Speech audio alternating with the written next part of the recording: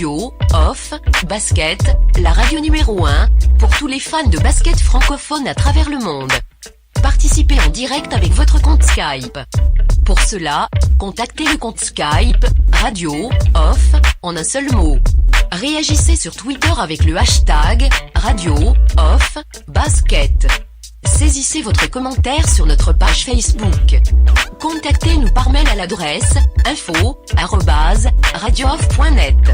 Envoyez-nous un SMS au numéro de téléphone 0044 740 570 45 65. Une seule adresse internet www.radiooff.net.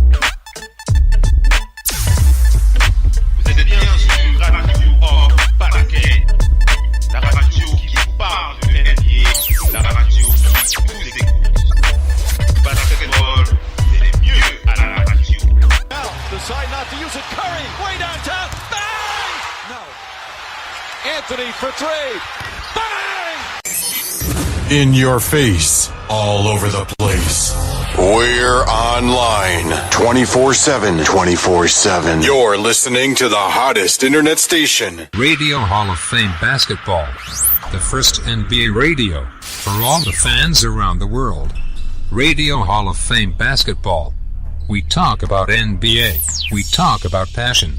We are your radio.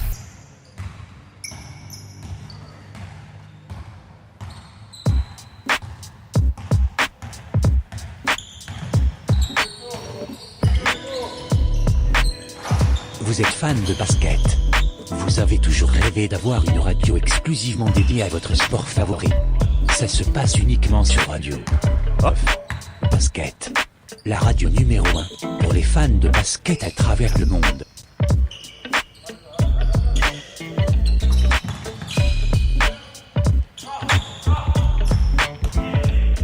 Une première sur le marché francophone. Radio Off Basket, une radio exclusivement dédiée à votre sport favori. Une seule adresse, radiooff.net. We are 237. One nation, one brand, join the nation. We are 237 brand, sponsor of the Radio Hall of Fame Basketball. We are 237 brand exclusively and we are 237.com. Vous êtes bien sur Radio Off Basket, la radio qui vous parle de NBA, la radio qui vous écoute. Basketball, c'est le mieux à la radio.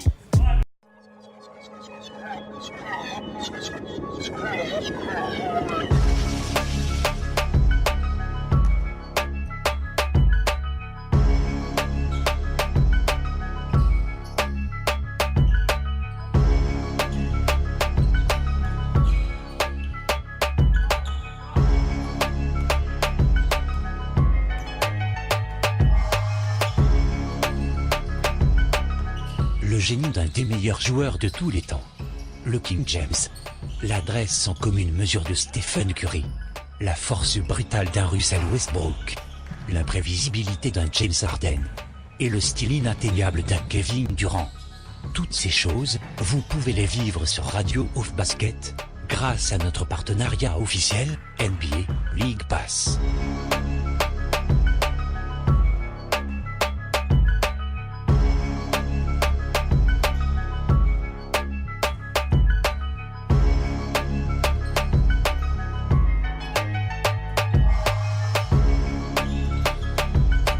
Avec les promotions NBA League Pass sur Radio Off Basket, vous allez pouvoir vivre votre rêve de passionné de cette grande ligue tout en vous tenant informé des dernières news, infos et bruits de couloirs pendant nos talk shows.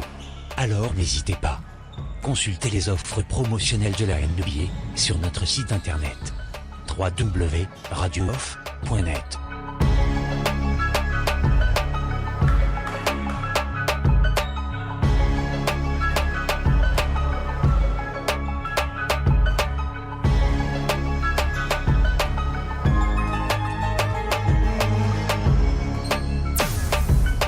Vous êtes bien sur Radio Off Basket, la radio qui vous parle de NBA, la radio qui vous écoute. Basketball, c'est les mieux à la radio.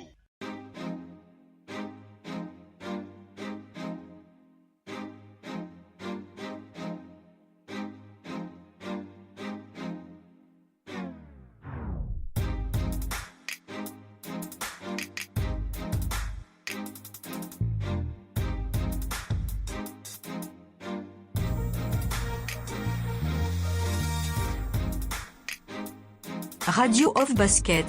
C'est la radio partenaire officielle, NBA.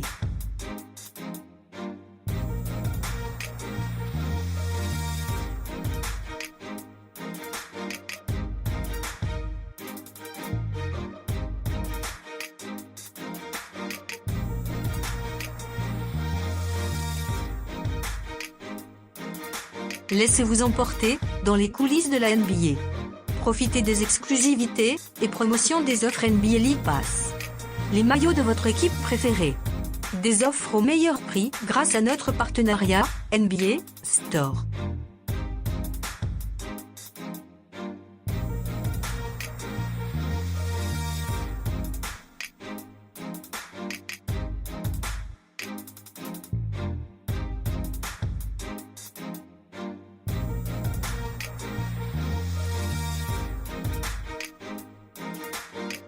Avec Radio of Basket, vous avez l'opportunité de vivre l'expérience de la NBA, comme nulle part ailleurs. Alors n'hésitez pas. Consultez les offres promotionnelles de la NBA, sur notre site internet. www.radiooff.net.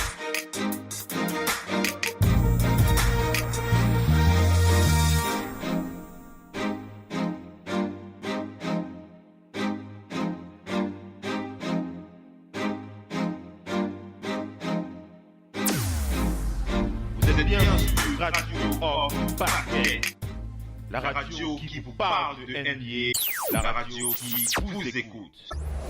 Basketball, c'est les mieux à la radio.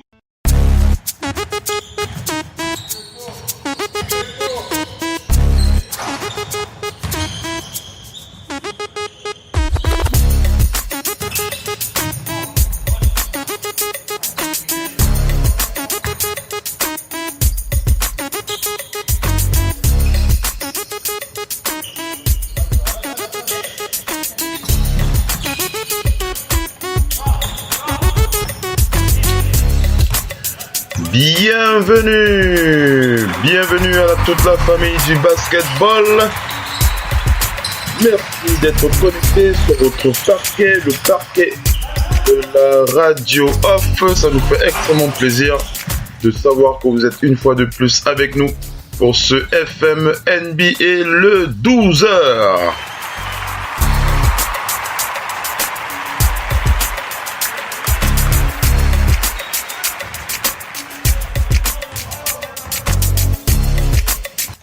FM NBA le 12h, le talk show du midi, le talk show du début d'après-midi où l'on fait le point sur les up and downs de la nuit en NBA.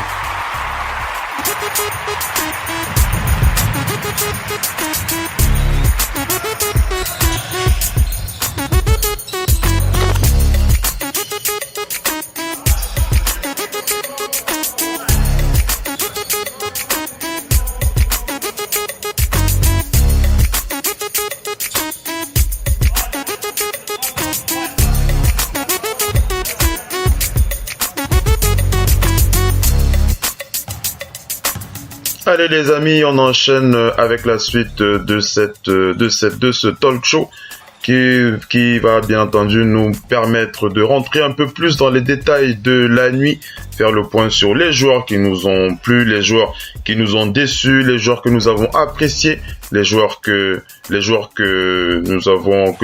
voulons condamner, les joueurs que nous voulons élever. Voilà, autant d'adjectifs, autant de verbes pour signifier l'amour que nous apportons, que nous avons pour ces joueurs. Du côté de la NBA, on n'oublie pas que Radio Hall of Fame Basket est la radio partenaire officielle NBA. Et bien entendu, pour ceux qui suivent les talk shows depuis un certain temps, vous avez bien entendu reconnu ma voix. C'est bien moi, Oncle Phil.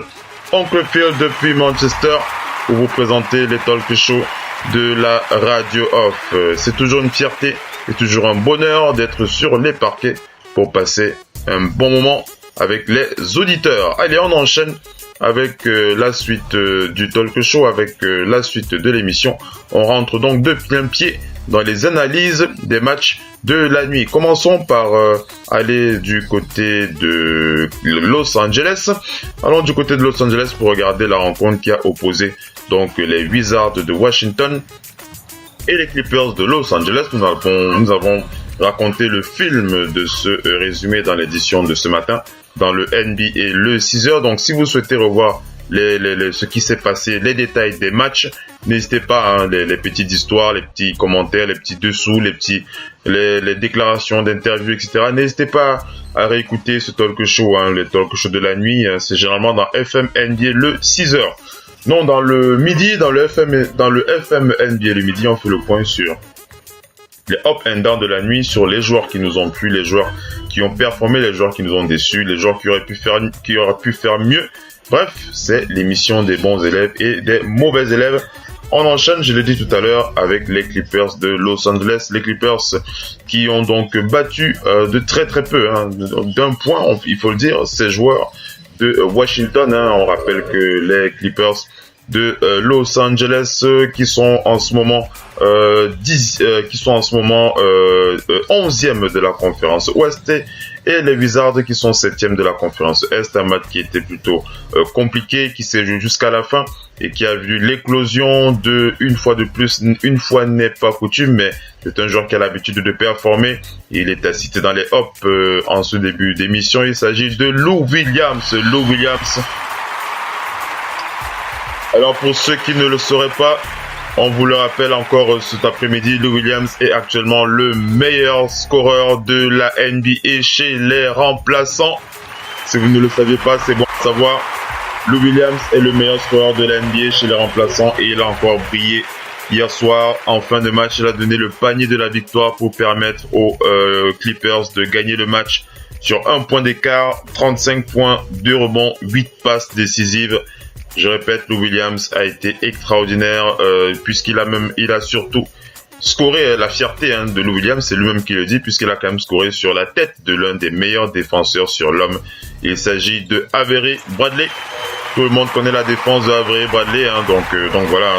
Lorsque l'on a réussi un tir comme ça sur la tête de Avery Bradley, c'est quelque chose qu'il le faut pointer du doigt. Donc très très bon match de Lou Williams.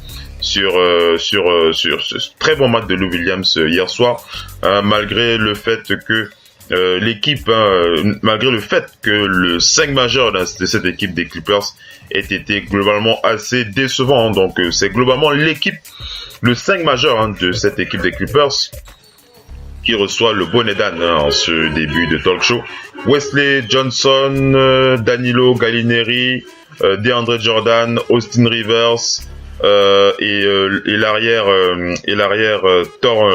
Thornwell plutôt devrais-je dire, ont tous reçu un bonnet d'âne en ce début de talk show. Ils ont tous eu l'intégralité de ces joueurs ont une note négative.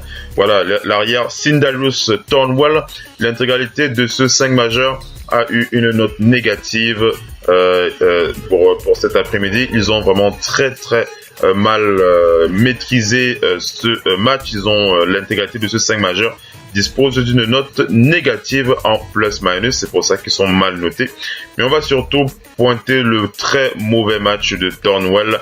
Sindarius Thornwell, l'arrière qui a été titularisé, qui a été donc été titularisé par Doc Rivers. On rappelle que c'est un jeune de 23 ans.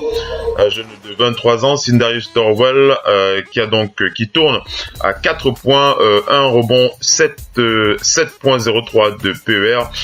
Il a la plus mauvaise note en plus-minus. Il est à moins 15, puisqu'il a terminé le match avec 0 passe, 2 points, 1 sur 3 au tir, 0 sur 1 à 3 points.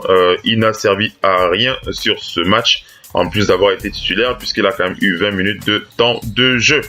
Donc c'est assez dommage lorsqu'on vous accorde ce temps de jeu et que vous n'arrivez pas à performer. Le second joueur sur qui l'on va mettre un bonnet d'âne, le second joueur qui a été très très décevant face aux Wizards, c'est Austin Rivers. Austin Rivers, le fils du Doc Rivers, coach et hit coach de cette équipe des Clippers, a joué un très très mauvais match. Doc Rivers nous a habitués à mieux que ça. Doc Rivers qui tourne à 14 points, 3 passes et 2 rebonds par match avec un PER de 12.40. Doc Rivers, la nuit dernière, c'était moins 11 en plus-minus. Il était en 36 minutes de temps de jeu. Il était à 0 rebond, 0 passe décisive. 0 rebond, 0 interception, 1 contre, 7 passes pour 16 points en 36 minutes de temps de jeu lorsque vous avez un meneur de cet acabit. On rappelle que Austin Rivers c'est un elite player. Ce n'est pas, même si beaucoup de gens aiment beaucoup lui taper dessus, Austin Rivers, ce n'est pas un joueur de bas de tableau, c'est un elite player, un joueur d'élite. Donc il ne peut pas se permettre d'avoir ce type de performance, notamment en défense où il a surtout laissé son adversaire direct faire ce qu'il voulait. Donc il a une très très mauvaise note Austin Rivers aussi ce soir. Voilà pour les mauvaises notes du côté des Clippers. Et on va donner une très très bonne note à Lou Williams. Je l'ai dit, Lou Williams qui a la plus bonne note de cet après-midi avec plus 14 en plus-minus.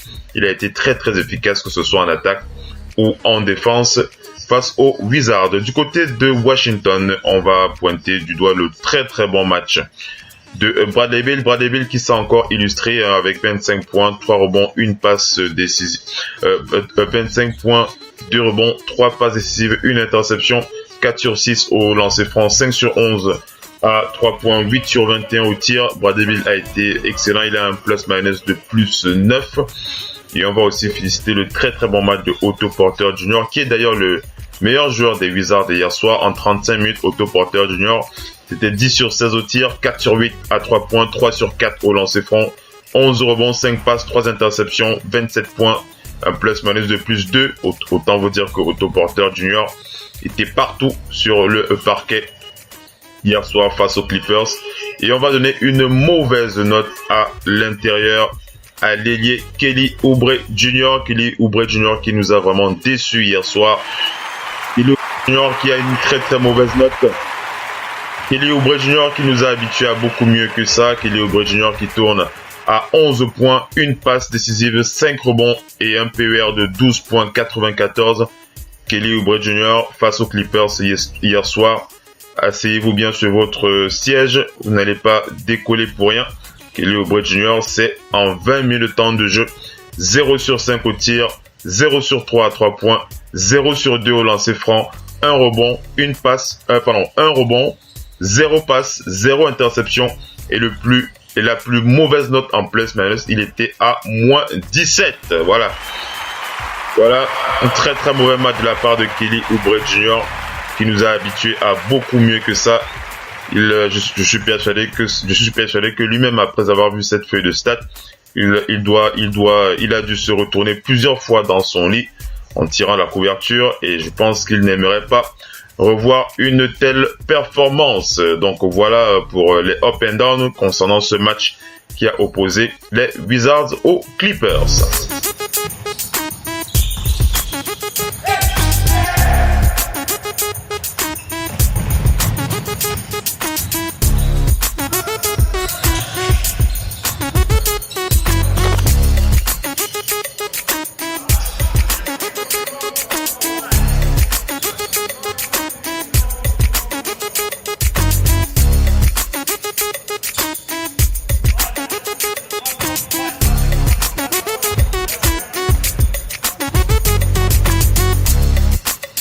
Allez, on enchaîne avec la suite des analyses sur les up and down de cette nuit. Du côté de la NBA, on va aller analyser le match qui a opposé le Heat de Miami aux Nets de Brooklyn. Ce match qui s'est déroulé en dehors des États-Unis, c'était du côté de Mexico City que ce match s'est joué. Et le Heat de Miami qui a donc profité après avoir fait quelques emplettes dans les boutiques, après avoir pris quelques photos avec les touristes. Le Heat de Miami qui en a profité pour repartir de Mexico avec une belle victoire sur les Nets de Brooklyn. 101 pour le Heat, 89 pour les Nets de Brooklyn. On rappelle que le Heat de Miami est 10e de la conférence Est et que les Nets de Brooklyn sont 11e de la conférence Est. Donc autant dire que c'est deux équipes qui se rapprochent assez fortement. Mais allons plutôt dans le sujet qui nous intéresse. On commence par aller en félicitant le MVP de la nuit, James Johnson, qui était à 17 points, 7 rebonds, 3 passes du côté du Heat de Miami. Un très très bon match de la part de James Johnson. Mais on va aussi féliciter Goran Dragic, qui a battu un très très bon boulot, que ce soit en attaque ou en défense. Il a vraiment imposé de sa présence pour permettre à ses coéquipiers de scorer et empêcher ses adversaires de marquer.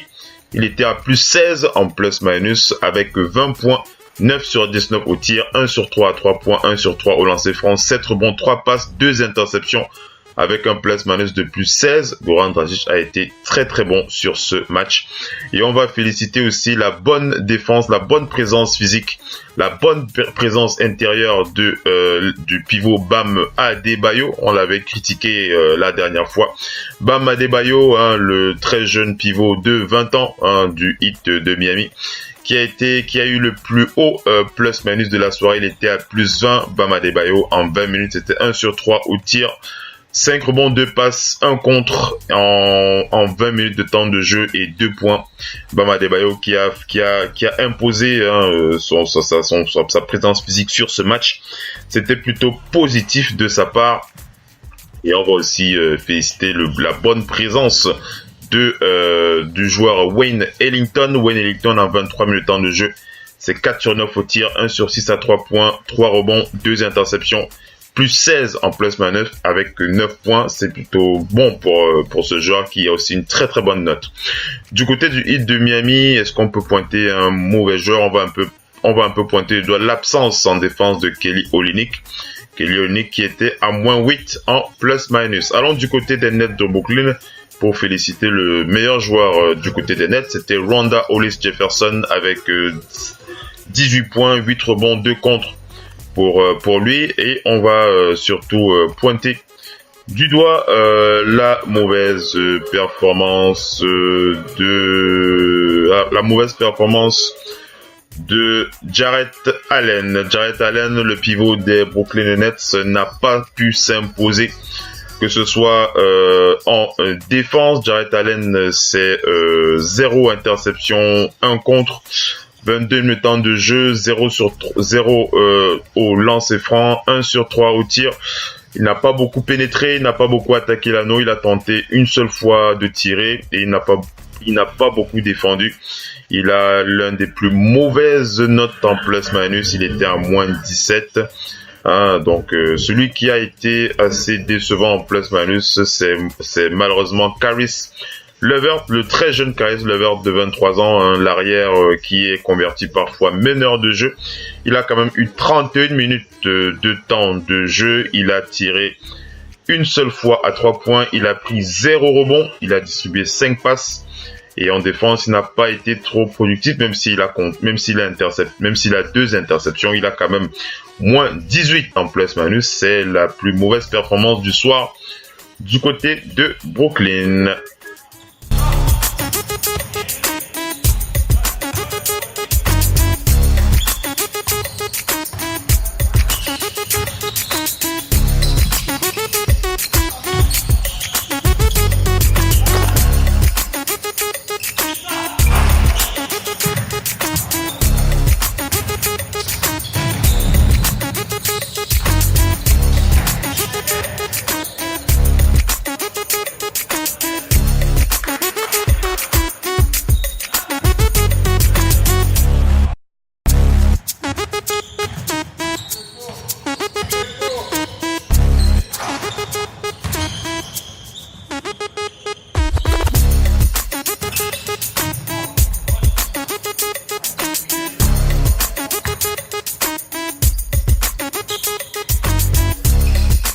Continuons notre analyse des up and down de la nuit et allons du côté de Charlotte pour analyser cette rencontre qui a opposé les Lakers de Los Angeles aux Hornets de Charlotte. On rappelle bien entendu que les Lakers ont battu les Hornets sur cette fin de match, 110 pour les Lakers, 99 pour les Hornets de Charlotte. On termine avec cette équipe pour préciser que les Lakers qui sont actuellement 10e de la conférence Ouest et les Hornets de Charlotte qui sont 13e de la conférence Est. Donc deux équipes qui ont plutôt un profil assez pas trop éloigné, on va dire ça comme ça, mais revenons sur les bons points des joueurs qui ont performé et des joueurs qui nous ont déçus. On va bien entendu féliciter d'abord les MVP de ce match. Le meilleur joueur de ce match, c'était Jordan Clarkson, c'était 22 points, 5 rebonds, 6 passes décisives pour l'arrière de LA. C'était lui le meilleur joueur de ce match. Dwight Howard en face, c'était 21 points, 12 rebonds, 2 contre. Dwight Howard qui a fait son taf au niveau personnel. On ne peut rien lui reprocher ce soir. C'est vrai qu'on lui a souvent reproché des mauvaises performances, mais face aux Lakers, il a plutôt bien joué. Il faut le reconnaître. Regardons un peu de plus près du côté des Lakers pour voir comment les choses ont évolué. On va dire que les choses se sont bien déroulées du côté des Lakers de Los Angeles. Le banc a été assez homogène, aucun joueur n'a de faute, n'a de note négative au niveau du banc de cette équipe des Lakers. Ils sont tous en positif.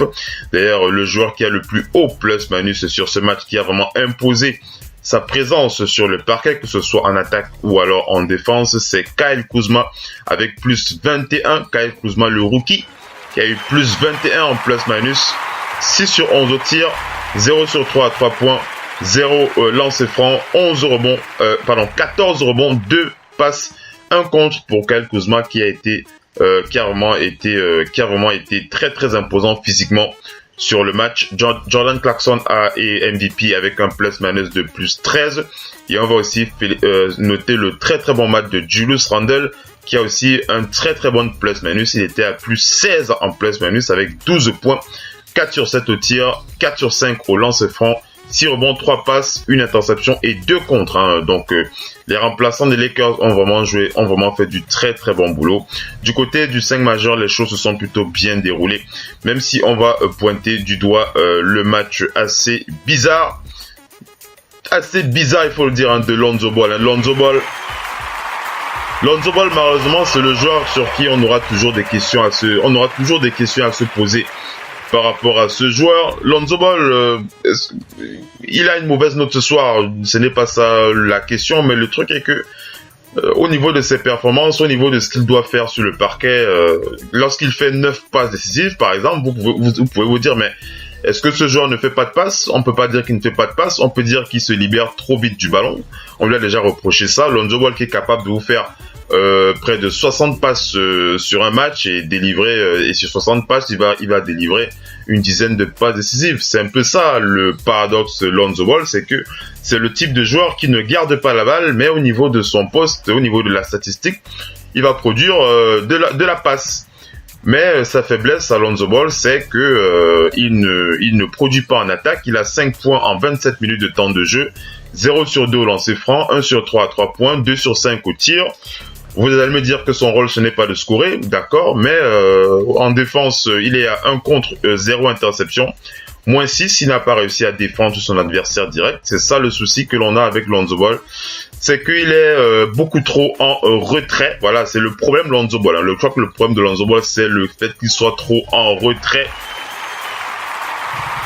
Peut-être que c'est dû à son caractère, on le sait, Lonzo Ball, ce n'est pas le genre à s'impliquer personnellement dans un match. Vous pouvez voir toute une rencontre se dérouler et ne pas avoir l'impression qu'il est sur le terrain.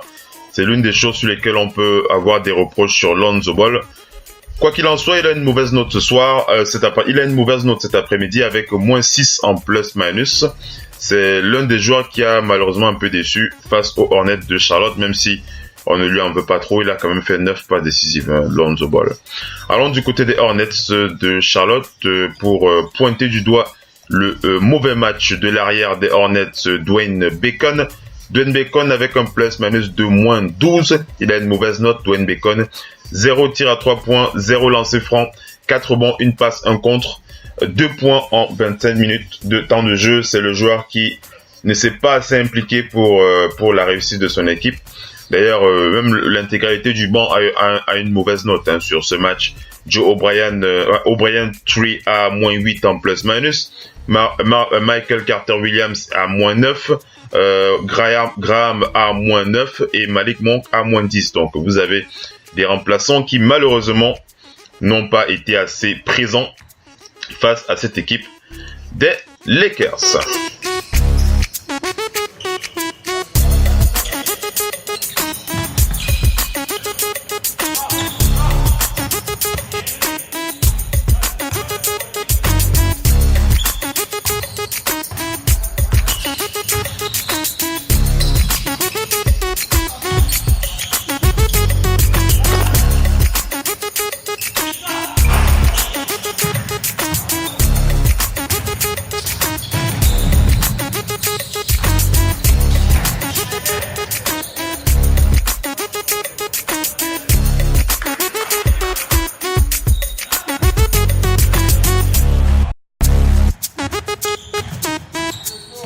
Allez, on enchaîne avec nos analyses sur les up and down de la nuit. Allons du côté de Atlanta pour parler de la rencontre qui a opposé le Magic d'Orlando aux Hawks d'Atlanta.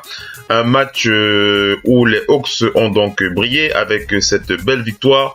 On en a parlé ce matin. 117 pour les Hawks d'Atlanta, 110 pour le Magic d'Orlando. On rappelle que les Hawks d'Atlanta sont 14e de la conférence Est, donc ils sont avant-derniers, alors que le Magic d'Orlando est 12e de la conférence Est à 2 places au-dessus des Hawks d'Atlanta. Et revenons donc sur les points, les bons points et les mauvais points. On va bien entendu féliciter d'avoir les deux meilleurs joueurs de cette équipe.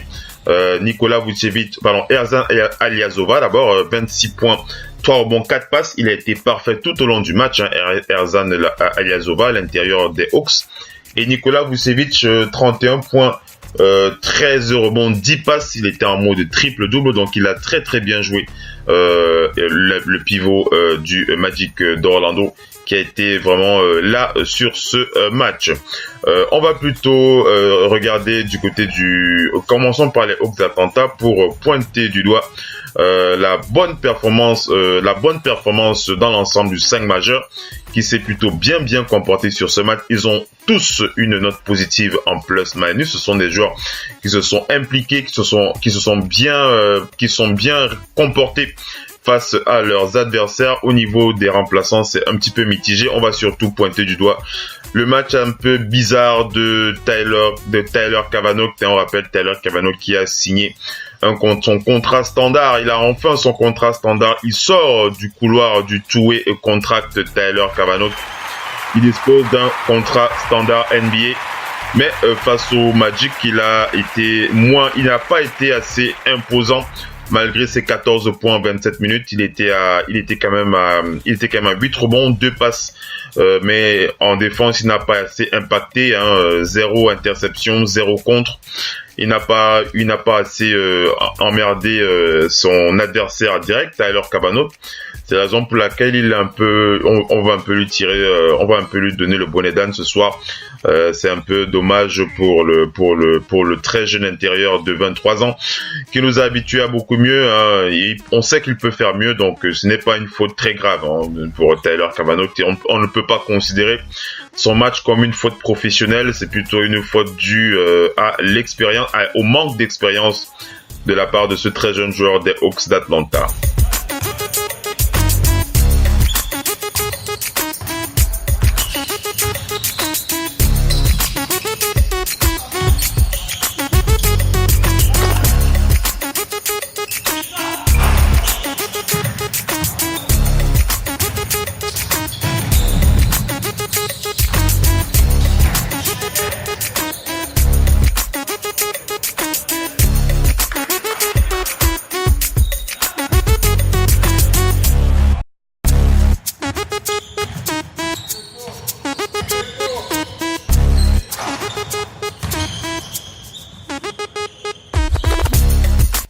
Allez, on enchaîne avec les analyses des up and down de la nuit. Allons du côté de Cleveland pour regarder comment se sont comportés ces joueurs. Ce match qui a opposé les Sixers de Philadelphie aux Cavs de Cleveland. On rappelle que les Cavs ont battu les Sixers sur la fin, sur un score de 105-98. On n'oublie pas de rappeler que le MVP de ce match, bien entendu, LeBron James avec son 58e triple-double, 30 points, 13 rebonds, 13 passes décisives pour LeBron James face à Robert Covington, meilleur joueur des Sixers avec 19 points, 6 rebonds, 2 passes. Robert Covington qui est sorti sur blessure. Il s'est blessé au dos, on le rappelle, après avoir chuté sur le banc des joueurs de Cleveland. Il s'est apparemment blessé à cause d'un des côtés du banc, où ça lui a le côté un peu métallique du banc l'a blessé au niveau de la hanche et au niveau du bas du dos. Donc on espère que ce n'est pas trop grave. Il va probablement être mis sur le côté pendant quelques matchs. Et on rappelle aussi que Joel Embiid n'a pas participé à ce match. Allons donc pour les bons points et les mauvais points. Du côté des Cavs, on va une fois de plus pointer le saint majeur de cette équipe de Cleveland, qui n'a malheureusement pas été assez performant. Ils ont été décevants face à cette équipe des Sixers. Ils auraient dû faire beaucoup mieux en termes de plus-minus. Ils auraient dû mieux s'imposer en défense pour empêcher cette équipe de jouer. Les remplaçants faire leur travail. Les remplaçants vraiment faire leur boulot. À ce niveau, on les avait pointés du doigt lors du dernier match. Mais pour ce match, ils ont fait le taf. Dwayne Wade était à plus 15 en plus-minus avec 13 points en 24 minutes, 6 sur 10 au tir, 1 sur 4 à 3 points, 4 passes décisives, 1 contre. Dwayne Wade a fait le taf. Kyle Korver était à plus 18. Mais celui qui a vraiment travaillé, celui qui a imposé vraiment sur ce match, c'est le remplaçant Jeff Green, qui a été très très fort au niveau de sa présence. Jeff Green, c'est 30 minutes de temps de jeu, 5 sur 8 au tir, 1 sur 1 à 3 points, 2 sur 2 au lancer franc, 6 rebonds, 1 passe, 2 interceptions, plus 25 en plus-minus. Jeff Green a le plus haut plus-minus de la nuit du côté de Cleveland avec 13 points. Il a joué un excellent match face aux Sixers, donc il mérite une très très bonne note ce soir. Il fait partie des hops. Du côté de Cleveland, du côté du 5 majeur, je voulais préciser le 5 majeur qui a été assez décevant. LeBron James, malgré son triple-double, dispose d'un plus-minus de moins 3. Il n'a malheureusement pas trop impacté face à ses adversaires directs. Ante Zizic est à moins 10. José Calderon, le meneur, est à moins 12. Donc voilà un peu un 5 majeur. Un 5 majeur en dents de scie face aux Sixers de Philadelphie. Ils auraient dû faire beaucoup mieux. Ils sont capables de beaucoup mieux, ce 5 majeur de Cleveland.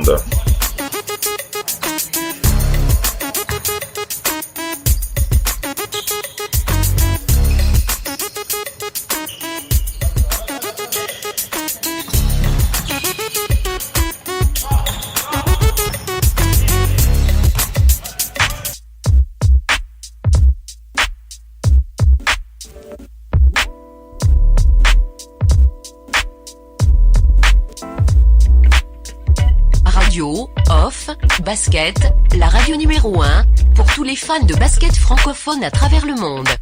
Participez en direct avec votre compte Skype. Pour cela, contactez le compte Skype Radio Off en un seul mot.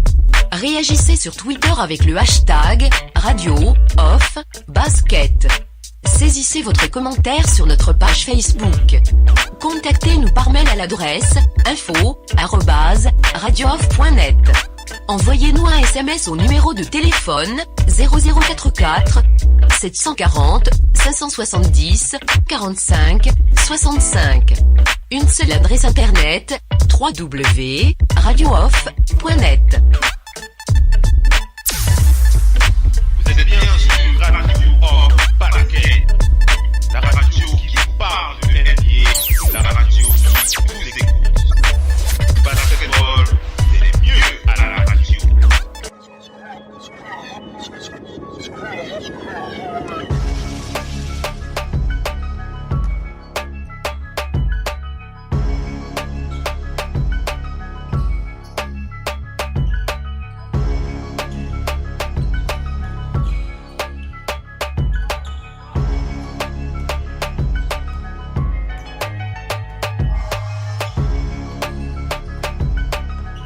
génie d'un des meilleurs joueurs de tous les temps.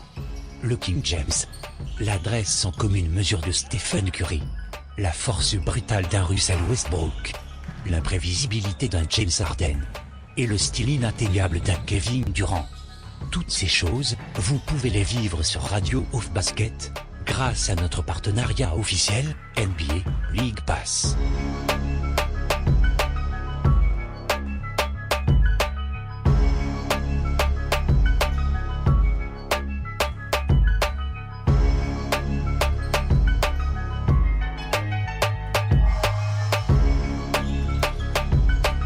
Avec les promotions NBA League Pass sur Radio Off Basket, vous allez pouvoir vivre votre rêve de passionné de cette grande ligue, tout en vous tenant informé des dernières news, infos et bruits de couloir pendant nos talk shows. Alors n'hésitez pas. Consultez les offres promotionnelles de la NBA sur notre site internet www.radiooff.net.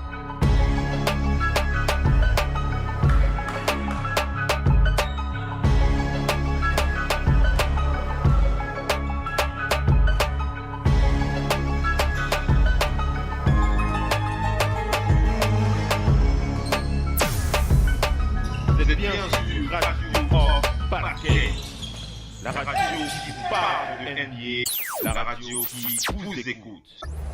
Basketball, c'est mieux à la radio.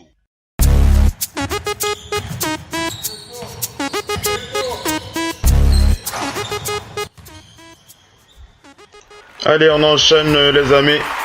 On enchaîne avec la suite des analyses dans ce FM NBA.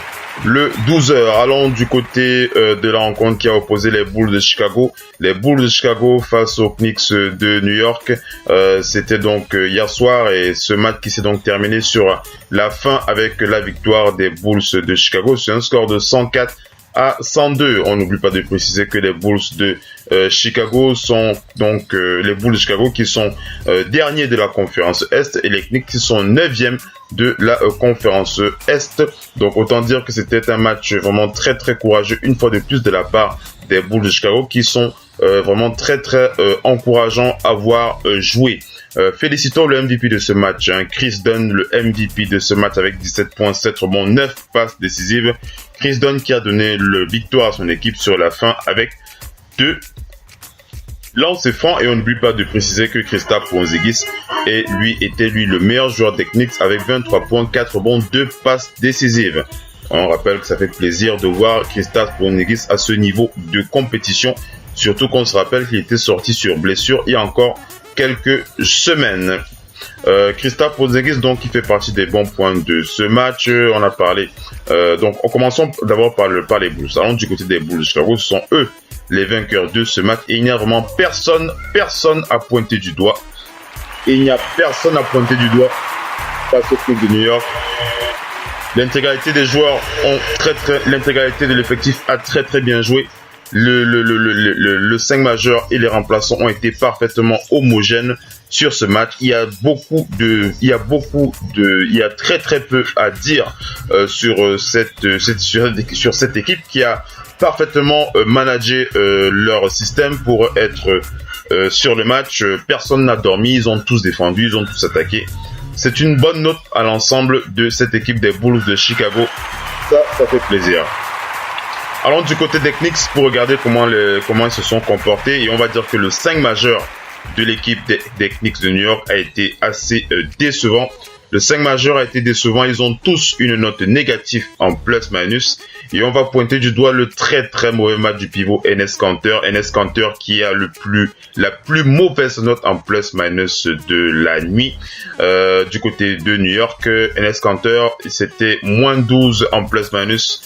28 minutes de temps de jeu, 2 sur 2 au lancer franc, 4 sur 11 au tir, 11 rebonds, 4 passes, 0 interception, 0 contre. On va dire qu'il n'a pas imposé en défense malheureusement Enes Kanter face à son adversaire direct du soir qui était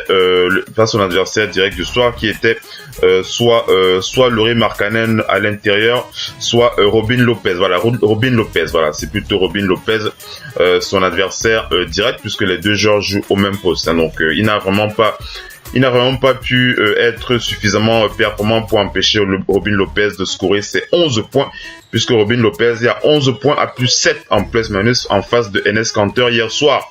Il aurait pu faire beaucoup mieux. Les choses sont infiniment claires à ce niveau.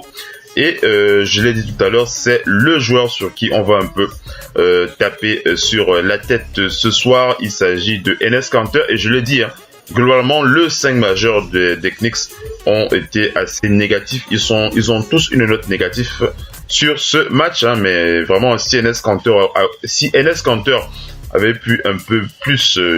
mieux défendre, surtout à l'intérieur, je pense que les choses auraient pu être un peu différentes pour les Knicks.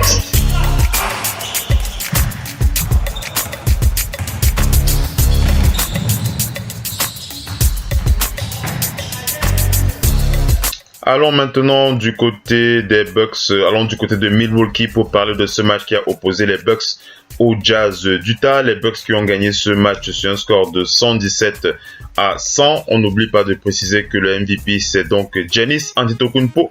Une fois de plus avec 37 points, 13 rebonds, 7 passes décisives pour Giannis Antetokounmpo en face de son adversaire, en face du meilleur joueur du soir plutôt. Du côté du Jazz, c'était Alec Burks avec 20 points, 6 rebonds, 3 passes décisives pour l'arrière du Jazz. Allons de plus près dans les stats de ces deux équipes pour préciser que du côté des Bucks de Milwaukee, toute l'équipe s'est bien comportée dans l'ensemble. Ils ont une très bonne note en plus-minus. Ça fait plaisir à voir, surtout au niveau du 5 majeur. Ils ont été parfaitement homogènes. Ils ont tous une note en plus-minus de plus 10. Aucun des joueurs n'a moins 10 en plus, sont en dessous de 10 en plus-minus. C'est assez impressionnant, il faut le préciser. Ça montre à quel point le 5 majeur a bien défendu, le 5 majeur a bien attaqué. Henson a plus 10, Antetokounmpo a plus 17, Chris Middleton plus 23, Eric Bledsoe plus 14, Gary Payton 2 plus 20. Donc c'est un très bon résultat de la part de ce 5 majeur. Je pense que Jason Kidd peut vraiment dormir tranquillement. Je pense qu'il a bien dormi après ce match, Jason Kidd, face à ses adversaires, le Jazz d'Utah. Du côté du Jazz, on va plutôt pointer le très mauvais match malheureusement du 5 majeur. Ils ont tous une note négative sur ce match et une note très négative. Personne n'est en dessous de moins 10. Ils sont tous au-dessus de moins 10, le 5 majeur du Jazz d'Utah. Regardez par vous-même, écoutez plutôt par vous-même, Derrick Favors, que j'avais déjà critiqué dernièrement. Derrick Favors était à moins 14, moins 13 pour Derrick Favors. Ingles était à moins 21, c'est la pire note de la soirée. Joey Ingles, l'ailier, en 31 minutes de temps de jeu, il a malheureusement pas pu défendre sur son adversaire direct. Il a été assez inconstant. L'intérieur Joey Ingles. Rudy Gobert était à moins 16 malgré ses 20 points en 21 minutes de temps de jeu. On l'a vu mieux en défense, Rudy Gobert. Le meneur Ricky Rubio en 32 minutes de temps de jeu, malgré ses 10 points, il était à moins 15. Et Donovan Mitchell, le rookie star des Jazz d'Utah, on ne le présente plus, Donovan Mitchell. Il était à moins 17 malgré ses 12 points en 37 minutes. Donc autant dire que cette équipe, ce 5 majeur, n'a pas défendu. Ce 5 majeur a été très pauvre en défense face à leurs adversaires du soir. Face à leurs adversaires du soir, les Bucks de Milwaukee.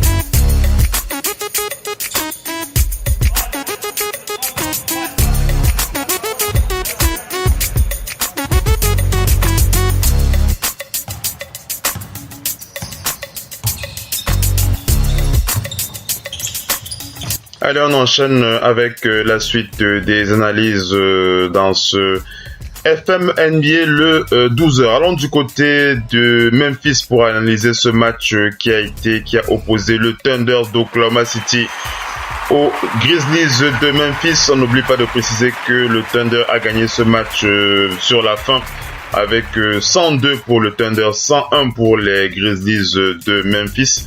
On rappelle que le Thunders au niveau de la conférence Ouest, le Thunders qui est 9e de la conférence Ouest avec 12 victoires pour 13 défaites, alors que les Grizzlies de Memphis sont avant-derniers de la conférence Ouest avec 8 victoires pour 18 défaites. Alors c'est un match assez paradoxal dans lequel on va malheureusement pointer du doigt le MVP de ce match. C'est assez bizarre, mais on est obligé de faire ainsi. On va le pointer du doigt, même si il a bien joué, 20 points, 11 rebonds, 14 passes. Il était en triple-double, Russell Westbrook. Il n'a même pas un plus-manus négatif, Au contraire, il a le plus haut plus-manus de son équipe. Il était à plus 11 en plus-manus, Russell Westbrook. Il était à plus 11, Il était à plus 11, Russell Westbrook, 43 minutes de temps de jeu, 7 sur 29 au tir, 1 sur 12 à 3 points, 5 sur 8 au lancer franc, 8 rebonds, 11 rebonds, 14 passes, une interception, 0 contre. Alors, le problème que j'ai personnellement, ça c'est mon avis personnel, après, vous êtes fan du Thunder d'Oklahoma City, vous êtes fan de Russell Westbrook, vous ne voulez pas lui attribuer des mauvaises notes, je peux bien vous comprendre, mais on essaye sur Radio All Open Basket d'être assez pragmatique et de pointer du doigt les choses qui fâchent. Les choses qui fâchent concernant Russell Westbrook, c'est qu'un joueur de ce niveau, un joueur de cet acabit, un joueur de cette personnalité, on rappelle que Russell Westbrook est le MVP en titre. Russell Westbrook ne peut pas se permettre d'être aussi maladroit au lance. Il ne peut pas se permettre d'être aussi maladroit au tir et il ne peut pas se permettre d'être aussi négligent en défense. Voilà. Les choses sont dites. Russell Westbrook ne peut pas se permettre d'être aussi maladroit au tir et ne peut pas se permettre d'être aussi négligent ou aussi évasif en défense. Je pense que c'est quelque chose d'assez clair, Russell Westbrook. Même s'ils ont gagné, il aurait largement pu faire mieux à ce niveau. Mais on va s'arrêter là pour les critiques, puisque le 5 majeur a été plutôt performant. Carmelo Anthony était à plus 8, Steven Adams plus 9, Russell Westbrook plus 11, Abrines plus 4 et Andre Robertson plus 7. On va plutôt taper un peu sur la tête de Patrick Patterson qui, en 15 minutes de temps de jeu, n'a pas défendu. Il n'a même pas fait de passe décisive. Il était à moins 9. 6 points. En 15 minutes de temps de jeu, il était à moins 9 en plus-manus. 6 points. 0 lancé franc. Il n'a pas provoqué. Il a pris très peu de rebonds. Il n'a fait aucune passe. Il n'a fait aucune interception et il n'a contré personne. Autant dire qu'il était encore mieux. C'était encore mieux qu'on le mette sur la liste des joueurs à ne pas jouer. Autant il a été transparent sur ce match. Et on va aussi pointer l'ailier du Thunder, Kyle Singler. Kyle Singler qui nous a habitués à beaucoup mieux. Kyle Singler qui est habitué à 4 points, 1 rebond par match en carrière, enfin en ce début de saison. Kyle Singler, vous me direz qu'il n'a eu que 6 minutes de temps de jeu. 6 minutes de temps de jeu, ça ne te permet pas de faire 10 allers-retours de terrain. 10 ou 20 allers-retours, je ne sais pas, vous me direz si je me trompe. Mais malheureusement, il a eu une très mauvaise note en plus-manus. Il était à moins 9, l'ailier Kyle Singler. Donc, mais surtout Patterson, qu'on va un peu pointer du doigt à l'intérieur. Patrick Patterson, il est capable de mieux que ça.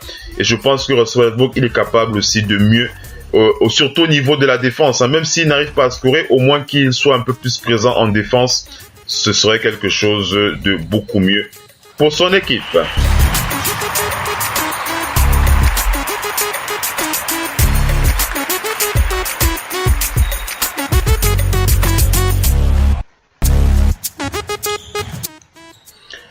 Revoyons donc le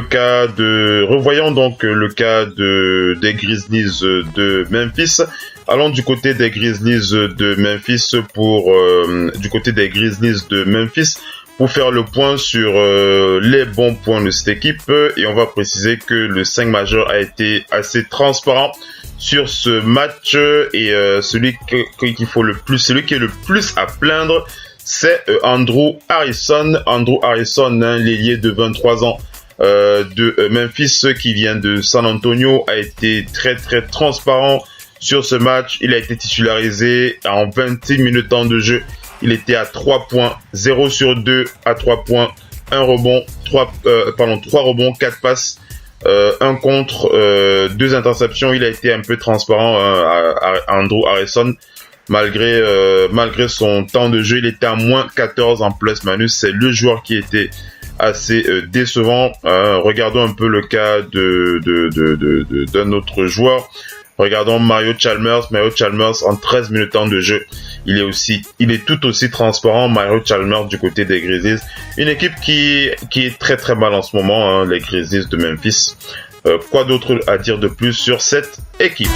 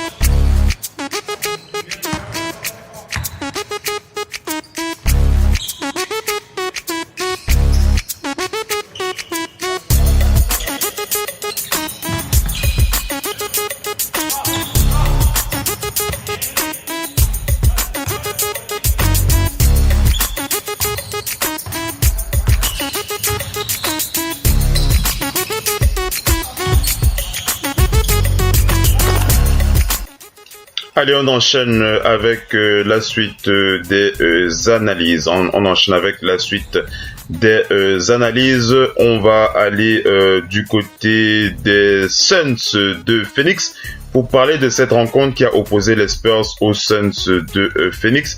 On n'oublie pas de préciser que les Spurs ont logiquement battu les Suns de Phoenix sur un score de 104 à 101. Et on va féliciter le MVP de ce match, LaMarcus Aldridge, le boss, avec 20 points, 9 rebonds, 2 passes. En face, c'est Mike James qui a porté cette équipe des Suns en l'absence de Devin Booker avec 25 points, 2 rebonds et 2 passes décisives. On rappelle que les Suns de Phoenix sont 12e de la conférence Ouest et que les Spurs sont 3e de la conférence Ouest. Allons du côté donc des Spurs pour pointer du doigt un joueur qui n'aurait pas fait le taf. On va dire qu'ils ont pratiquement tous bien joué. C'est difficile de juger quelqu'un dans cet effectif. Ils ont parfaitement joué leur partition du côté de San Antonio. Du côté des Suns de Phoenix, le 5 majeur a fait le travail. Ils sont parfaitement homogènes avec un plus-minus plutôt positif, sauf on va plutôt pointer du doigt le meneur Tyler Ulis qui n'a pas pu défendre sur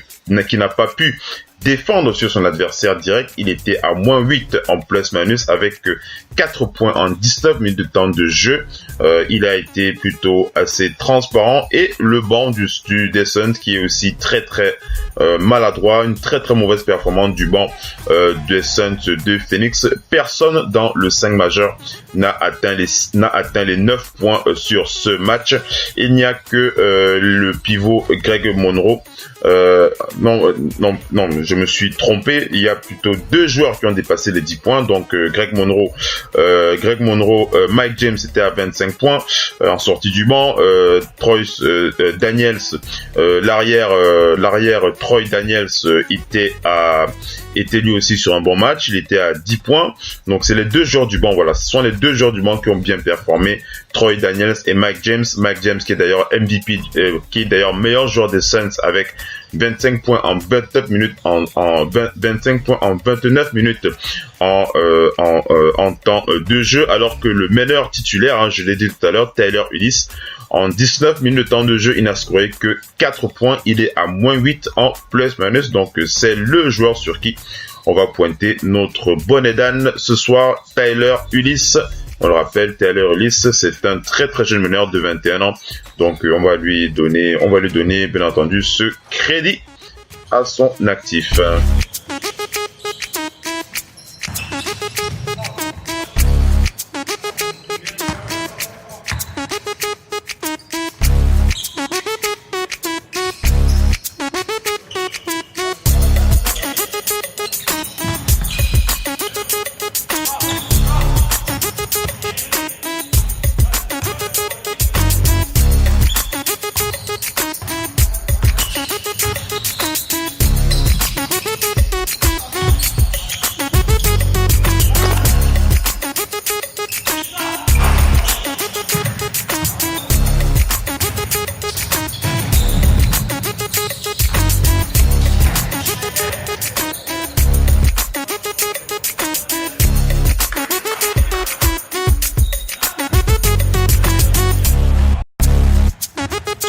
Enchaînons avec les résumés des matchs, les résumés des performances de la nuit pour parler enfin de ce duel, le duel des snipers. Le duel des snipers, on en a parlé dans le titre de l'édition de cet après-midi. Le duel des snipers entre James Harden et Damian Lillard qui a tenu toutes ses promesses en termes d'opposition entre ces deux joueurs. Mais on vous avait bien précisé que ce n'est pas ce duel qui allait garantir la victoire des Blazers de Portland, puisque la domination des Rockets sur l'intégralité, sur toutes les équipes de la NBA est totale, il faut le préciser. Les Rockets de Houston, qui sont la meilleure équipe de la NBA en ce moment, il faut le rappeler, avec 20 victoires pour 4 défaites seulement, alors que leurs adversaires du soir, les Blazers de Portland, sont 6e de la conférence Ouest avec 13 victoires pour 12 défaites. Donc voilà, rentrons plutôt dans les détails de ce match et regardons un peu comment se sont comportés dans l'ensemble les joueurs des deux effectifs. Du côté des Rockets de Houston, on vous l'a dit, James Harden était le meilleur joueur, il était le sniper de la soirée, 48 points, 16 sur 29 au tir, 4 sur 7 à 3 points, 12 sur 14 au lancer franc, 8 rebonds, 3 passes, 3 interceptions, plus-minus de plus 9. James Harden était partout. Il a été bien accompagné par son compère Chris Paul, 35 minutes de temps de jeu, 8 sur 14 au tir, 1 sur 4 à 3 points, 9 sur 10 au lancer franc pour Chris Paul, 7 passes, 3 rebonds, 2 interceptions, plus 14 en plus-minus avec 26 points marqués. On va féliciter Trevor Ariza aussi, 34 minutes de temps de jeu, 4 sur 7 au tir, 3 sur 4 à 3 points, 2 sur 2 au lancer franc, 1 rebond, 2 rebonds, 4 interceptions pour Trevor Ariza, plus 19 en plus-minus. Il a été très très bon aussi. Donc voilà, pour cette équipe des Rockets qui a plutôt bien joué sa partition. On va plutôt un peu pointer du doigt le mauvais match du pivot Nene Hilario. Nene Hilario qui n'est pas en très très grande forme en ce moment, en 10 minutes de temps de jeu. Il n'a pas pu défendre comme il aurait dû le faire. Il était à moins 15 en plus-minus. Et vous allez me dire qu'avec une équipe comme ça, est-ce qu'il fallait s'en inquiéter? On rappelle que les Rockets ont scoré 124 points contre 117 points pour les Blazers de Portland. Du côté des Blazers, regardons comment s'est comporté ces joueurs. On vous rappelle que Damian Lillard est donc le meilleur joueur de son équipe avec 35 points marqués. C'était le duel des snipers sur ce match. Mais je vais quand même pointer du doigt son collègue, CJ McCollum. CJ McCollum a joué un mauvais match hier soir. CJ McCollum, malheureusement, le problème de CJ, c'est qu'il est un très très bon en attaque, mais en défense, il est assez transparent. 39 minutes de temps de jeu pour CJ McCollum, pour une interception et 0 contre pour CJ. Moins 16 en plus-minus, donc ce n'est pas au niveau de l'attaque qu'on va se plaindre de son jeu, puisqu'il était à 28 points, 11 sur 21 au tir, 2 sur 8 à 3 points, 4 sur 5 au lance-franc. Donc on ne va pas pointer du doigt le problème, l'attaque de CJ McCollum, on va pointer du doigt sa défense. D'ailleurs, c'est le même problème qu'a Damian Lillard, puisque même Damian Lillard a aussi ce même souci en défense. Ce sont deux joueurs qui se concentrent énormément pour ce qui est des tâches offensives, mais lorsqu'il faut défendre, malheureusement, ils sont assez transparents. Les deux joueurs qui ont une note négative en plus-minus face à leur adversaire direct. On va aussi pointer Al-Farouk Aminu, le Nigérian, en 32 minutes de temps de jeu. Il a aussi été assez transparent en défense avec moins 12 en plus-minus sur ce match. Et on va plutôt parler de la bonne présence de l'intérieur de Portland. C'est Ed Davis. Ed Davis, l'intérieur de 28 ans, qui vient de l'université de Washington. Ed Davis, en 15 minutes de temps de jeu, il était à 4 sur 4 au tir. Il était à 4 sur 4 au tir, 9 rebonds, 1 contre, 1 interception et 8 points. Donc avec un plus-minus de plus 11, c'est le joueur qui mérite le plus les applaudissements, les encouragements de son coach face aux Rockets de Houston. Donc voilà pour le détail de cette analyse sur les joueurs qui ont performé, sur les joueurs qui nous ont plu, sur les joueurs qui nous ont déçus. On espère que vous aurez apprécié ce talk show et on vous donne rendez-vous pour la prochaine édition sur Radio Hall of Fame Basket, la radio partenaire officielle NBA. Ce sera à partir de 22h30 heure de Paris pour la grosse émission NBA Flash Basket. Ciao les amis, bye bye.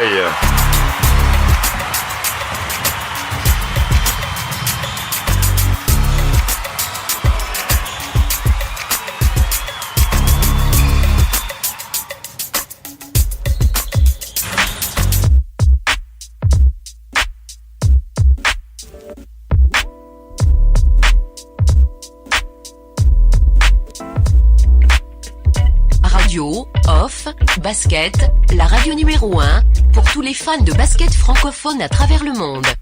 Participez en direct avec votre compte Skype. Pour cela, contactez le compte Skype, Radio, Off, en un seul mot. Réagissez sur Twitter avec le hashtag, Radio, Off, Basket. Saisissez votre commentaire sur notre page Facebook. Contactez-nous par mail à l'adresse info@radiooff.net. Envoyez-nous un SMS au numéro de téléphone 0044 740 570 45 65. Une seule adresse internet www.radiooff.net. Vous êtes bien sur Radio Off Paraquet, la radio qui vous parle de NBA, la radio qui vous écoute. Basketball, c'est mieux à la radio.